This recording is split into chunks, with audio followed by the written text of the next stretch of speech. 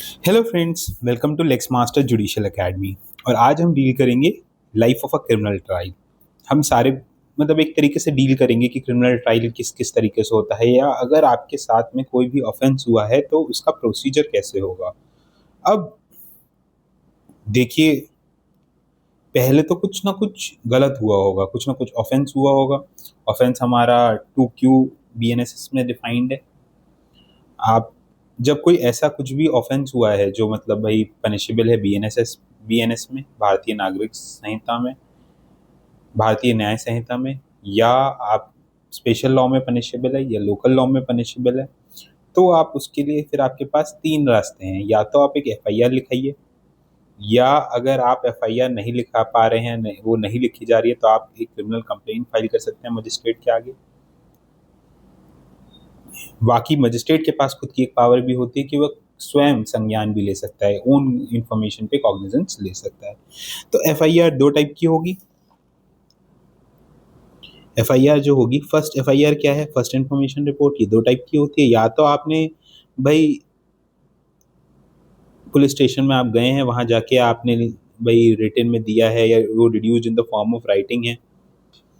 लेकिन ऐसा भी हो सकता है कि it is not reduced in the form of writing, और EFIR का कंसेप्ट भी अब नया नया ऐड कर दिया गया है 2023 से अंडर द BNSS।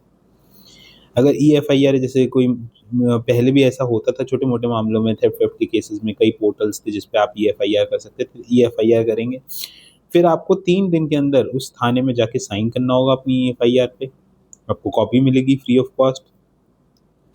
लेकिन अगर मजिस्ट्रेट जो पुलिस ऑफिसर है उसको लग रहा है कोई ऑफेंस है जो 3 से 7 साल तक का पनिशेबल है, और उसमें पुलिस ऑफिसर को ये पता करना है कि whether it is a cognizable offence और अ नॉन कॉग्निजेबल ऑफेंस, क्योंकि अगर कॉग्निजेबल होगा तभी एफआईआर होगी, नॉन कॉग्निजेबल होगा एफआईआर नहीं होगी।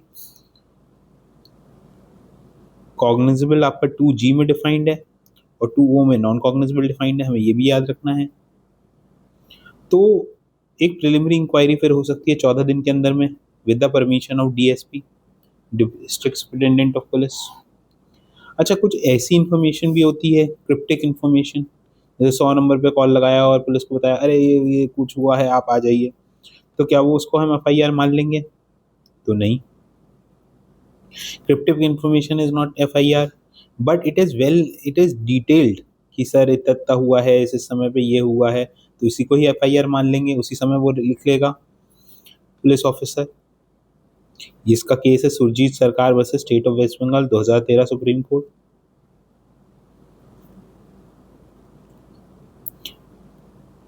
फिर कई प्रोविजंस हैं कि अगर आपकी एफआईआर नहीं लिखी है तो आप क्या करेंगे। एंसिलरी पावर का कंसेप्ट है साकरी वास्तु में, जो हम अभी डिटेल में नहीं करते हैं। चलो, इस तरीके से हमारी एक मोटी मोटी एफआईआर रजिस्टर हो गई। फिर एफआईआर क्या होगा, इससे criminal law set into motion हो जाएगा, क्रिमिनल लॉ मोशन में आ जाएगा। प्रोसीजर स्टार्ट होंगे। उसके लिए या तो पुलिस अरेस्ट करेगी, सर्च एंड सीजर करेगी, तथ्यों को, फैक्ट्स को पता करने का प्रयास करेगी।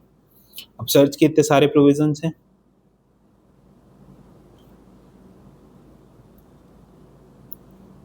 49 में सर्च करती है police, search of arrested person.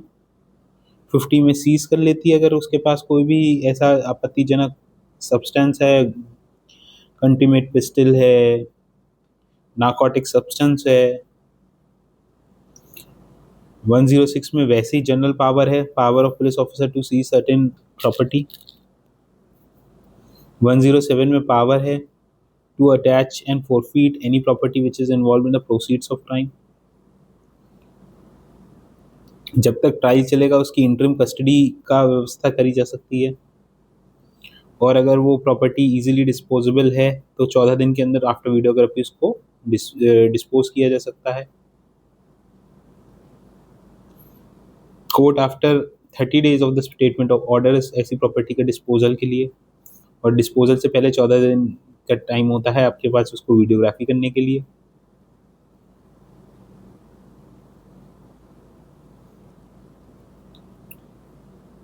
और अगर ट्रायल कंप्लीट हो गया है तो 4798 का प्रोविजन लगता है सर्च। तो अरेस्टेड पर्सन का सर्च हो सकता है, सर्च वारंट के थ्रू भी सर्च हो सकता है, सर्च विदाउट वारंट हो सकता है 185 में। अगर 185 में सर्च आउटसाइड जुरिसडिक्शन करना है विदाउट वारंट तो 186 में होगा। ये सब जनरल प्रोविजंस हैं। आप हल्के हल्के यही वीडियो बार बार देखेंगे तो आपको हल्के हल्के करके इसी तरीके से ये याद हो जाएंगे कि हाँ भाई पहले एक एफआईआर हुई है फिर सर्च हुआ है, और इसी तरीके से आप दिमाग करेंगे, मेंटल रिवीजन करेंगे तो आपको ये चीज़ें याद होने लग जाएंगी। 103 में प्रोसीजर ऑफ सर्च दे रखा है कि अगर आप सर्च करेंगे तो भाई वहाँ पे 2 इंडिपेंडेंट विटनेस होने चाहिए, सर्च मेमो बनेगा, रिकॉर्डिंग होगी इलेक्ट्रॉनिक मीन्स के साथ में, फ़ोन के साथ ही कर सकते हैं। वह 108 में मजिस्ट्रेट के पास भी पावर होती है सर्च करवाने की इन प्रेजेंस का। इससे क्या होता है, डॉक्यूमेंट या कोई भी सब्सटेंस, कोई भी फैक्ट वगैरह या कोई भी थिंग प्रोड्यूस करने के लिए किया जाता है सर्च एंड सीजर। क्योंकि ऐसे जैसे यही है 210, 211, 212 कहते हैं कि कुछ एक प्रोविजंस बना दिए गए हैं कि अगर आप डॉक्यूमेंट नहीं देते हो, आप इन्फॉर्मेशन नहीं देते हो या आप झूठी इन्फॉर्मेशन देते हो तो आप पनिशेबल हो। अब क्या होगा, अब जैसे अब ये 185 में सर्च रिपोर्ट, ये सर्च विदाउट वारंट होगी तो इसकी रिपोर्ट आपको देनी पड़ेगी मजिस्ट्रेट को 48 आवर्स के अंदर में। बीच में हो सकता है रिमांड का प्रोविज़न हो, मेडिकल एग्जामिनेशन हो, 51, 52, 53 में दे रखा है। MLR of rape victim 7 days के अंदर में जो अथॉरिटी है उसको MLR करके आईओ को इन्फॉर्मेशन देनी पड़ेगी। साथ साथ में ड्यूरिंग इन्वेस्टिगेशन एक ये पावर है 183 की, दैट इज स्टार विटनेस का जो स्टेटमेंट है वो मजिस्ट्रेट के सामने रिकॉर्ड कर लिया जाए, जिससे उसकी दोनों वैल्यू बन जाए, कोरोबोरेट और कॉन्ट्राडिक्ट। कॉन्ट्राडिक्ट 148 में होता है, कोरोबोरेट 160 में होता है, किसके, BSA के। तो ये पावर हो जाएगी। कौन कर सकता है, एनी मजिस्ट्रेट, ज़रूरी नहीं है उसका जुरिस्डिक्शन हो। ये ऑडियो वीडियो मीन से भी कर होगा, तो अगर वो चाहे में है यहाँ पे इन प्रेजेंस ऑफ एडवोकेट।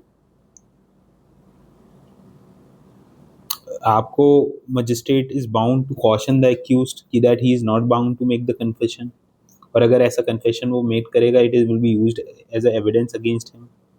अगर वो रिफ्यूज कर देता है कन्फेशन करने के, he will not be send back to the police custody. 316 के मैनर में रिकॉर्ड किया जाएगा। अगर एक्यूज्ड VC से आया है तो 72 आवर्स के अंदर उसका साइन करवाया जा सकता है। अगर कोई भी प्रोविजन फॉलो नहीं होता है तो 509 का non compliance with the provisions of 183 509 deal करेगा। अगर कोई भी सीरियस हीनियस ऑफेंस है रिलेटेड टू अ वुमन तो लेडी जेएम ही उसको रिकॉर्ड करेगी, और अगर लेडी जेएम नहीं है तो फिर कोई मेल जेएम प्लस फीमेल कर सकती हैं। अब FIR हुई है तो ये सारे पावर्स भी हैं। साथ साथ आपका मजिस्ट्रेट जो अकरेंस रिपोर्ट है उसका वो है, अकरेंस रिपोर्ट फाइल करनी पड़ती है पुलिस ऑफिसर को। भाई अकरेंस रिपोर्ट क्या है, पुलिस ऑफिसर FIR होने के हाथ ही मौका वारदात पे जाएगा। अकरेंस रिपोर्ट में ज़्यादातर FIR ही होती है। वहाँ पे अगर कोई बॉडी है तो उसका MLR, उसका क्या कहते हैं जो PMR है वो, इंक्वेस्ट रिपोर्ट है वो, जितनी एकदम ही प्राइमा फेसी डॉक्यूमेंट बन पाते हैं वो बनवाते हैं और उसी को ही मजिस्ट्रेट के पास पहुंचा देते हैं। इसको हम अकरेंस रिपोर्ट कहते हैं।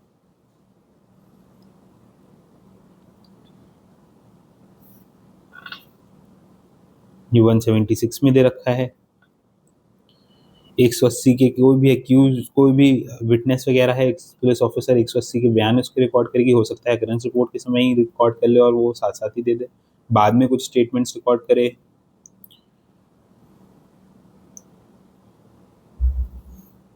तो ये पूरी इन्वेस्टिगेशन चलेगी। इन्वेस्टिगेशन के बाद क्या होगा, एक इन्वेस्टिगेशन रिपोर्ट आएगी। इन्वेस्टिगेशन रिपोर्ट दो तरीके से हो सकती है, final report, closure report, chargesheet.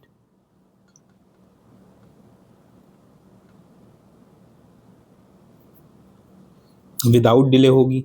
Rape और पॉक्सो केसेस में 2 महीने के अंदर होगी, और इसका अपील अगर फाइल हो गई है तो 6 महीने के अंदर इसे अपील डिसाइड करी जाती है। अब चार्जशीट ई मीन्स के साथ थ्रू भी शेयर की जा सकती है। उसमें नेम ऑफ द पार्टीज होगा, ये होगा कि ये एनसीआर है, नॉन कॉग्निजेंट है, एफआईआर है, विटनेसेस कौन कौन से हैं, ऑफेंस कमिट हुआ है नहीं हुआ है, एक्यूज अरेस्ट हुआ है नहीं, एक्यूज बेल पे है नहीं, एक्यूज फॉरवर्ड किया गया था 190 में या नहीं किया गया था, 189 में अगर होगा कि नहीं फॉरवर्ड करने की ज़रूरत है, विल बी रिलीज 190 में उसको फॉरवर्ड किया गया है, मेडिकल एग्जामिनेशन हुआ है नहीं है। 151 में अगर पुलिस ऑफिस आया जाए तो करा सकता होता है। एक्यूज का क्या कहते हैं एमएलआर, वो 152 153 में जैसे ही आप किसी एक्यूज को अरेस्ट करोगे तो आप are bound to make an MLR of that accuse. 184 में विक्टिम ऑफ रेप का एमएलआर कराया जाता है। ई डिवाइसेस की सीक्वेंस ऑफ कस्टडी दी जाती है, नया ऐड हुआ है। इंफॉर्मेंट को इन्फॉर्मेशन दी जाती है विद इन 90 डेज, या ई मीन्स के थ्रू भी दी जा सकती है कि भाई इन्वेस्टिगेशन का क्या प्रोग्रेस हुआ, वेदर एक्शन टेकन हुआ या नहीं किया। अगर क्या कहते हैं सुपीरियर ऑफिसर इन्वॉल्व है तो ये ऐसी रिपोर्ट सुपीरियर ऑफिसर के थ्रू ही दी जाएगी। अगर एक्यूज बॉन्ड पे है तो ऐसा बॉन्ड उसका कैंसिल हो जाएगा। पुलिस ऑफिसर डॉक्यूमेंट्स देंगे मजिस्ट्रेट को, और पुलिस ऑफिसर ऐसा आदेश ऐसा मतलब रिक्वेस्ट कर सकते हैं मजिस्ट्रेट को कि भाई ये पार्ट ऑफ स्टेटमेंट जो 180 के लिए गए हैं वो थोड़े संवेदनशील हैं, इनको क्या कहते हैं आप सबके साथ शेयर ना करें। पीओ के पुलिस ऑफिसर डॉक्यूमेंट्स देंगे कुछ कुछ एक्यूज को, पुलिस को देखेगी कि भाई आफ्टर एफआईआर की उसको फर्दर इन्वेस्टिगेशन करना है नहीं करना है। तो बेसिकली ये इस तरीके से चार्जशीट से हम खत्म हो जाता है। अब या तो एक्यूज आ गया होगा या नहीं आया होगा, मतलब यहाँ पे ही अरेस्टेड है। अब ये इन्वेस्टिगेशन में ये हो सकता है कि अगर वो प्रोक्लेमेशन वो क्या कहते हैं प्रोक्लेम्ड ऑफेंडर हो और वो अभी तक पकड़ा नहीं गया है, तो इस केस में क्या होगा भाई, वो समन वारंट से तो काम नहीं चलेगा, बाद में प्रोक्लेमेशन इशू कर दी जाएगी। क्यों क्यों करी जाती है कि भाई वारंट इशू कर दिया गया है और एक प्रोक्लेमेशन भी कर दिया कि 30 दिन तक आ जाओ, ये वाली बात पब्लिकली रीड कर दी गई, उसके घर के आगे लगा दिया गया, कोर्ट में भी चिपका दिया गया, अगर लगता है तो न्यूज़पेपर में भी छपवा दिया गया, और ये फिर कंक्लूसिव प्रूफ मान लिया जाता है। अगर 10 साल से ज़्यादा का है वैसे व्यक्ति को हम प्रोक्लेम्ड ऑफेंडर मान लेते हैं।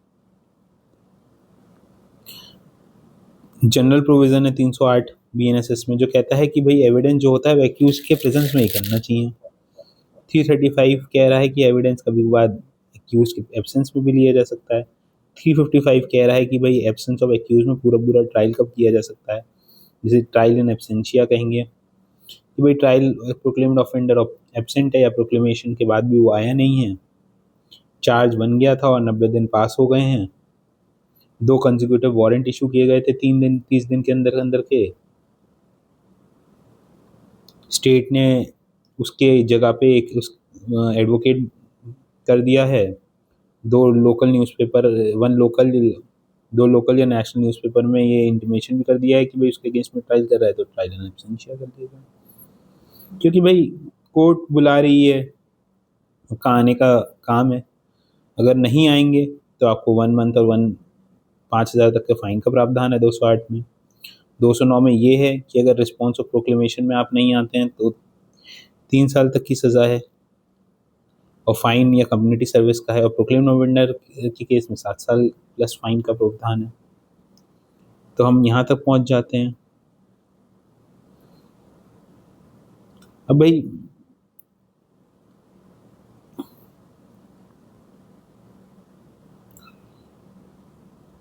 एफआईआर हो गई है, चार्जशीट आ गई है, एक्यूज को भी कागज़ मिल जाने चाहिए। एक्यूज जब 223 का ये प्रावधान है कि भाई with in 14 days of production अगर आप आए हो तो मजिस्ट्रेट आपको डॉक्यूमेंट दे सकता है, ई फॉर्म में भी दे सकता है चार्जशीट को। कोई भी डॉक्यूमेंट आपके पास 30 दिन का टाइम होता है ऐसे डॉक्यूमेंट को चैलेंज करने के लिए।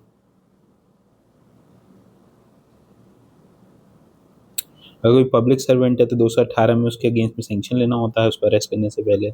120 दिन हो गए हैं तो डीम सेंक्शन मान लिया जाता है उसके अगेंस्ट में कॉग्निजेंस लेने के लिए। अब 3 टाइप के ट्रायल हैं, sessions trial summons trial, warrant trial on police report और otherwise on police report, and we have summary trial also. मान लेते हैं ऑफेंस जो आपने जो पहला हुआ था वो was exclusively tribal by the court of session, मतलब आपने कुछ ऐसा किया है, कोई बड़ा ऑफेंस कर दिया है, मर्डर वर्डर कर दिया है, तब क्या करेंगे? तो अब ये सब जब एफआईआर हो जाएगी, एक चीज़ होगी कॉग्निजेंस, 210 में दे रखा है, 1A में, बी में, सी में, ए में कंप्लेंट पे, बी में एफआईआर पे, सी में इंफॉर्मेशन पे। इस पे अपने कॉग्निजेंस ले लिया। कॉग्निजेंस लेने के बाद अब मजिस्ट्रेट को पता चला तो ये तो भैया मर्डर का ऑफेंस है, सेक्शन 100 में कल्पेबल होमिसाइड, सेक्शन 101 में मर्डर, मर्डर का ऑफेंस दिख रहा है भाई, it should be tried by the court of session, तो क्या करेंगे, उसको कमिटल कर देंगे।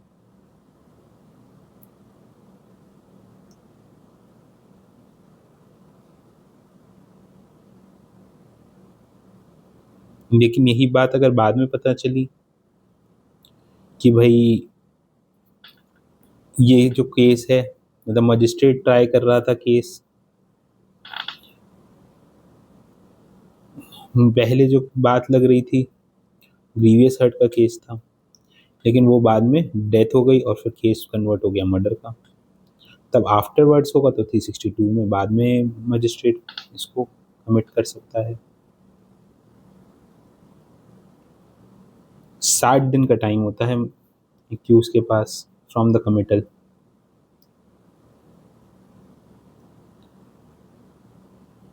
टू डिस्चार्ज एप्लीकेशन लगाने के लिए कि भाई मेरे अगेंस्ट में कोई केस नहीं बनता है, आप मुझे डिस्चार्ज करें। और कमिटल का भी एक पर्टिकुलर पीरियड ऑफ टाइम लगा दिया है कि कॉग्निजेंस के 90 दिन के अंदर में आपको कमिटल करना है, और अगर उतने टाइम में कमिटल ऐसे केस को जो exclusively tribal by court of session है आपने कमिटल नहीं किया तो आप रिकॉर्ड रीजन से 90 दिन और एक्सटेंड करके कमिटल कर सकते हैं। लेकिन 180 दिन के बाद कमिटल फिर नहीं होगा, ये आपके ऊपर में ग्रेव एरर हो जाएगा। जो मजिस्ट्रेट है उसको अपना फिर बोनाफाइडी प्रूव करना पड़ जाएगा।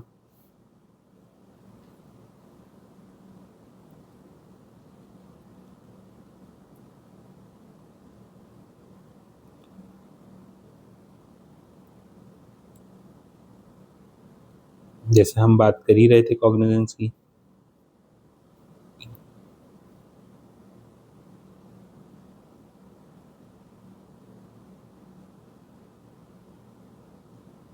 कॉग्निजेंस आपका 210 में।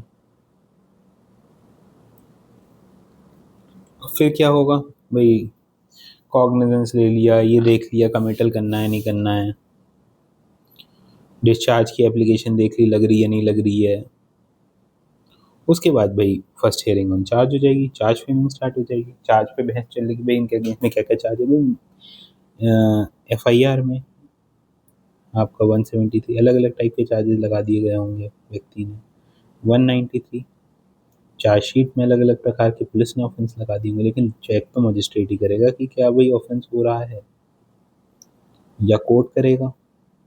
अगर हायर वो ऑफेंस है तो कोर्ट ऑफ सेशन करेगा, तो हियरिंग ऑन चार्ज होगी और चार्ज बनाना स्टार्ट कर दिया जाएगा।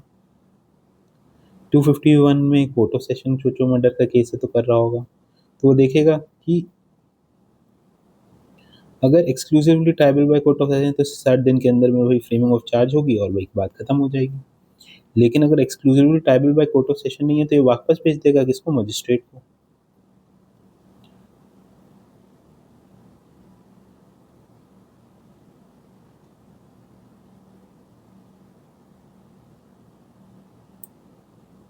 वारंट केस में भी ऐसी होगा, 60 दिन from the first hearing of charge में चार्ज बनाना पड़ेगा, जबकि समरी ट्रायल में ऐसा नहीं होता है, सिर्फ सब्सटेंस बता दिया जाता है समन केस में कि क्या ऑफेंसेस आपके अगेंस्ट में बन रहे हैं। अब चार्ज फ्रेमिंग हो गई, चार्ज फ्रेमिंग के 30 दिन के अंदर में एक्यूज प्ली बार्गेनिंग की एप्लीकेशन लगा दे सकता है। अगर उसने प्ली बार्गेनिंग की एप्लीकेशन लगा दी तो 30 दिन बाद, 30 दिन के अंदर में चार्ज फ्रेमिंग के वो प्ली बार्गेनिंग की एप्लीकेशन लगा सकता है, और उसके बाद 60 दिन होंगे एक म्यूचुअली सेटिस्फैक्ट्री डिस्पोजिशन फाइल करने के लिए कि भाई हमारा सेटल ये सब पार्टी ने मिलकर डिसाइड किया है, या प्ली बार्गेनिंग नहीं होगी, चार्ज बन गया है। एक तरीके से ये चार्ट है ट्रायल का। हमारे ये टाइप के ट्रायल होते हैं: sessions trial, warrant trial otherwise summon trial और समरी ट्रायल। इसमें इनिशिएशन क्या होगा? अभी पब्लिक प्रोसिक्यूटर इनिशिएट करेगा, वो ओपनिंग ऑफ द केस करेगा, डिस्चार्ज हो देखी जाएगी, 251 में डिस्चार्ज की हुई एप्लीकेशन देखी जाएगी। यहाँ हमने अभी बात करी कितने दिन के, 60 days from committal, 60 days from committal. Charge framing होगी, चार्ज के बाद या तो वो प्लीड गिल्टी करेगा या नॉट प्लीड गिल्टी करेगा। नॉट प्लीड गिल्टी का मतलब है कि I will contest the case, I will give evidence in my favour. उसके बाद प्रोसिक्यूशन एविडेंस लिए जाएंगे। 352 में मेमोरेंडम बनाया जाएगा, प्रोसिक्यूशन मेमोरेंडम अगर प्रोसिक्यूशन चाहे वो फाइल कर सकता है। 255 में अगर प्रोसिक्यूशन एविडेंस के बाद कोर्ट को लगता है कि भाई कोई केस नहीं बन रहा है तो वो एक्यूज को एक्विट कर देंगे, और अगर नहीं तो डिफेंस एविडेंस स्टार्ट करेगा। 258 में जजमेंट आ जाएगा। इसी तरीके से वारंट ट्रायल है। 262 में डिस्चार्ज एप्लीकेशन फाइल करी जाती सकती है 60 डेज। अगर डिस्चार्ज एप्लीकेशन से काम नहीं, कोई डिस्चार्ज नहीं हो रहा है, एक्यूज डिस्चार्ज नहीं हो रहा है, तो चार्ज फ्रेमिंग स्टार्ट कर दी जाएगी। फिर देखा जाएगा 264 में एक्यूज प्लीड गिल्टी करता है या नहीं करता है।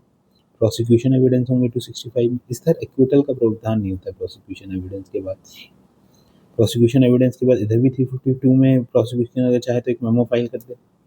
266 में एक डिफेंस एविडेंस होगा, और अगर प्रोसिक्यूशन यहाँ भी डिफेंस यहाँ भी चाहे तो वो भी एक मेमो फाइल कर सकता है 352 में। 271 में जजमेंट आ जाएगा वारंट ट्रायल का। Warrant trial otherwise on police report, इसमें 268 में वही डिस्चार्ज एप्लीकेशन, 269 में चार्ज बनेगा और उसी में ही डिसाइड हो जाएगा 269 में कि प्लीड गिल्टी एक्यूज या नहीं कर रहा है।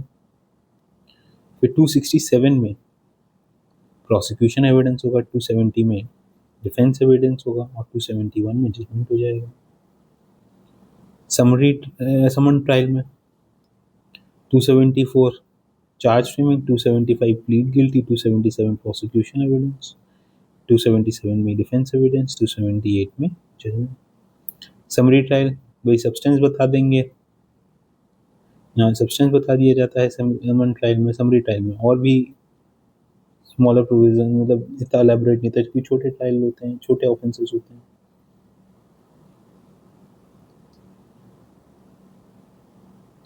अब इसके बेसिकली सब ट्रायल खत्म होता है तो जजमेंट होता है। पहले कंक्लूजन ऑफ आर्गुमेंट्स होंगे।